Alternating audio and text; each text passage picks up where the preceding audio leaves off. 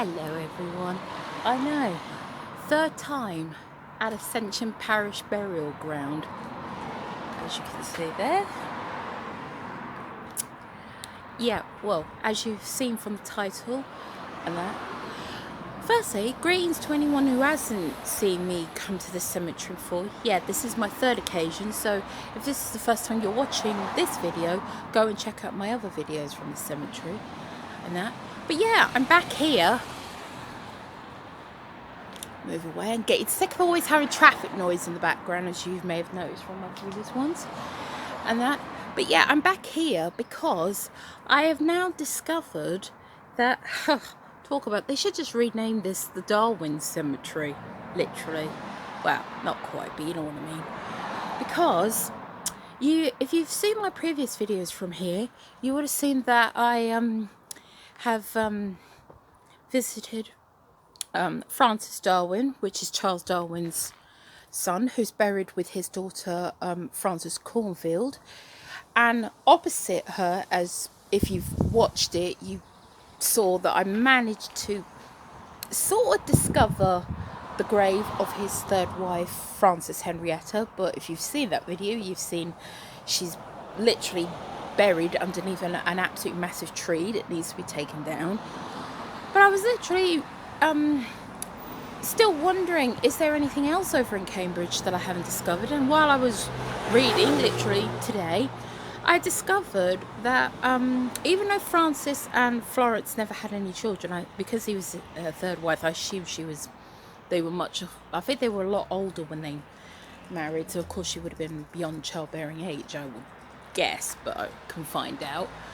But she had 2 children of her own, so her children became Francis's stepchildren. So they are a connection to the Darwin family. Yes, they're not a blood tie, but they're still a family relation. And to my chagrin, I found that one of her daughters is buried in this cemetery along with her mother and her stepfather, and she's buried with her husband. So we're going to go and find them. And fortunate for findagrave.com, if I've got the geography from what I've seen from the photographs, I have a rough idea of where it is. So let's go and have a look.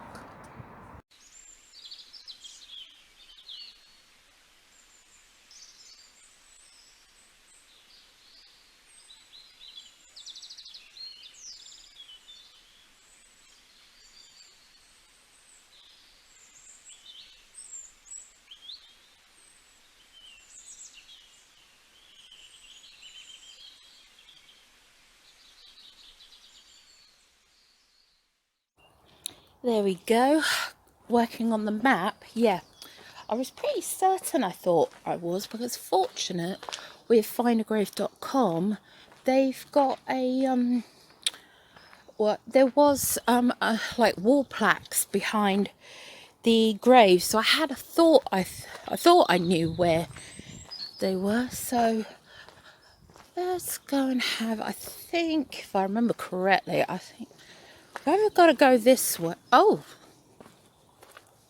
do you know what? Oh my god, this might have been the easiest one ever. Guess what, guys? There it is. Oh my god. Amazing what you do when you you know your way around a cemetery. Yeah, this is definitely giving you a good clue when I'm filming this. Yes, we're officially in springtime, although we're having a little bit of a heat wave, actually. We are right now. Yeah.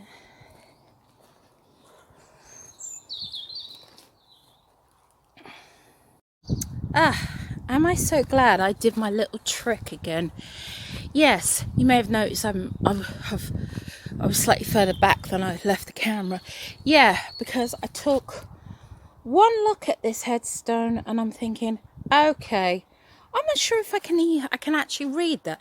No, little trick I do with really old headstones like this is I always bring a big bottle of water with me, because I find by just spraying some water, you know, like putting it in a spray bottle and that, which I've done to wet it, because you may notice it is actually like really quite dark, like particularly here, but hopefully, I mean, it definitely is for me. So, but brighten it up a bit. But yeah, what it does is I find it, I mean, it not only cleans it slightly, but it actually does make it more illegible. So, but the trouble is, I'm having a lot of problems pronouncing some of these names, so do bear with me. In loving memory of Gerald Rank, Shove. Yes, that is, well, that leads us to, yeah, that is Frances Henrietta's son-in-law. So obviously he died before his wife, yes.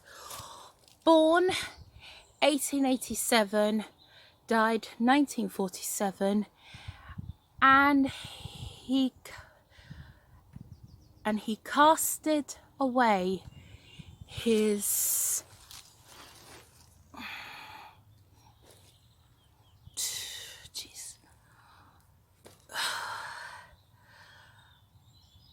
the Carpenton Rose and came to Jesus. Rest in peace.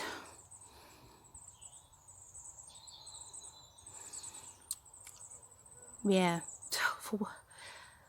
Yeah, see what I mean, guys? Imagine how much worse it would be if I hadn't wetted that first.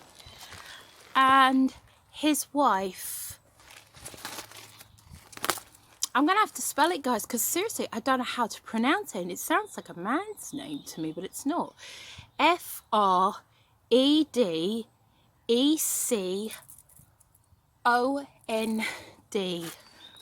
Born 1889, died 1949.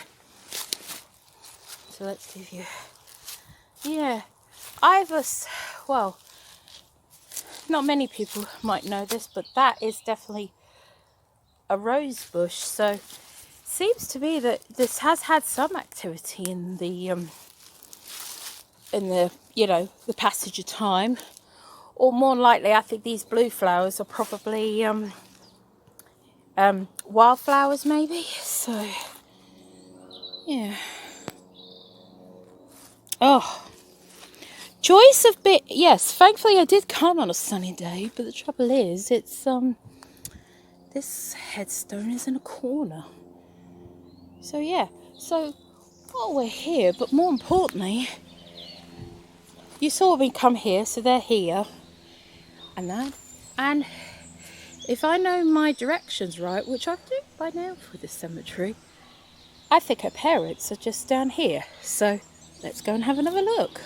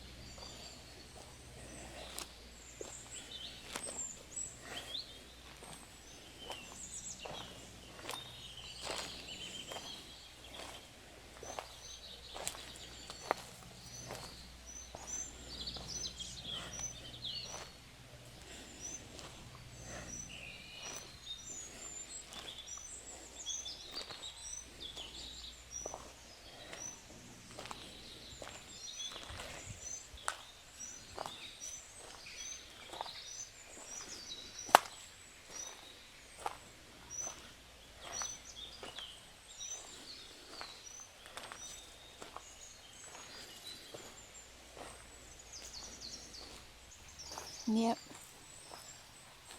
There we go. Yeah. So here's Frances.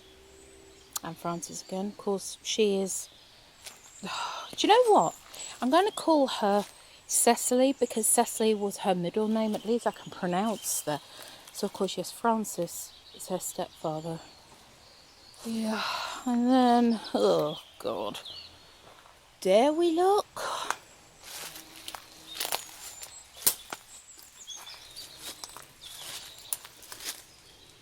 Oh. Oh. I'll zoom in a little, guys.